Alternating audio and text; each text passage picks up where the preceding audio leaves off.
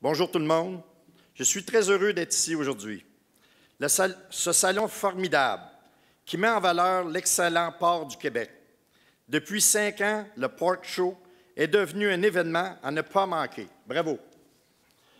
J'aimerais féliciter les partenaires pour tous vos efforts de collaboration. Je salue en particulier nos producteurs qui sont ici. Grâce à votre travail acharné, le Québec est le premier exportateur et le premier producteur de porc au pays. Nous continuons évidemment de miser sur ce succès. Nous avons conclu les accords commerciaux pour le faire avec le partenariat transpacifique et avec les États-Unis et le Mexique. Le PTP-GP sera en vigueur dès le 30 décembre et le Canada sera parmi les 6 premiers pays à en profiter. Juste au Japon, les tarifs jusqu'à 20 % sur le porc seront éliminés. L'accord Canada-États-Unis-Mexique stabilisera les exportations vers nos voisins du Sud. C'est 650 millions de dollars juste au Québec. Nous travaillons aussi sur les opportunités en Europe pour assurer un accès fiable pour nos producteurs et ce marché lucratif. Pour augmenter la rentabilité de vos entreprises, nous avons aussi amélioré les règles fiscales pour les agriculteurs dans le cadre de l'énoncé économique de l'automne. Par exemple, si vous achetez l'équipement ici, au Salon, vous pourrez amortir un montant jusqu'à 3 fois plus grand dès la première année d'imposition. Nous suivons aussi de près les foyers de peste porcine africaine trouvés en Chine. C'est une préoccupation importante pour votre secteur. Nous travaillons étroitement avec la CIA et l'industrie.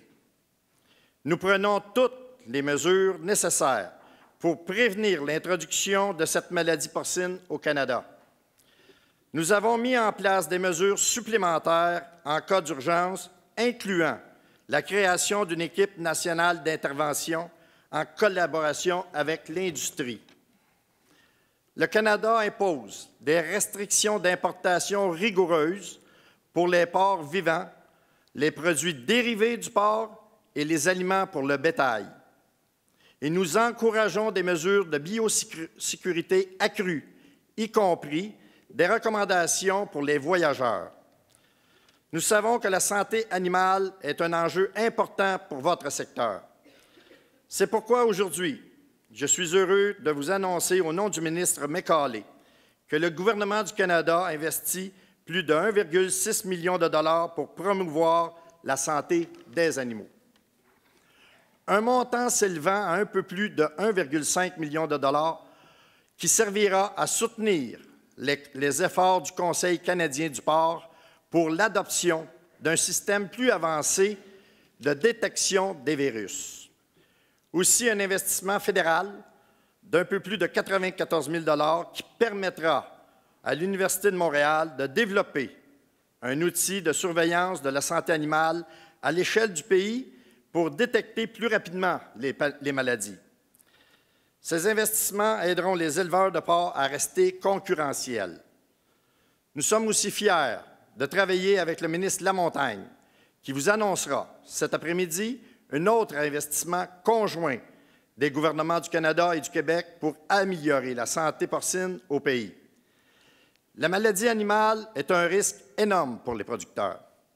Au niveau économique, et elle représente un stress important pour eux et leurs familles.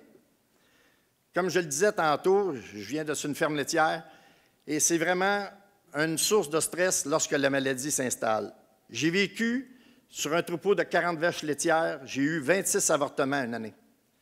Et c'était à force de prendre des tests un peu partout qu'on s'est rendu compte que les vaccins n'étaient plus adéquats. Nous avons changé de vaccin et effectivement, ça s'est replacé. Donc, plus nous améliorer nos connaissances en santé animale, mieux nous pourrons protéger nos fermes. C'est bon pour notre tranquillité d'esprit et bon pour notre économie. Encore une fois, merci de contribuer à la prospérité de notre province et de notre économie. Je souhaite de très joyeuses fêtes et une bonne année 2019. Profitez bien du salon. Merci.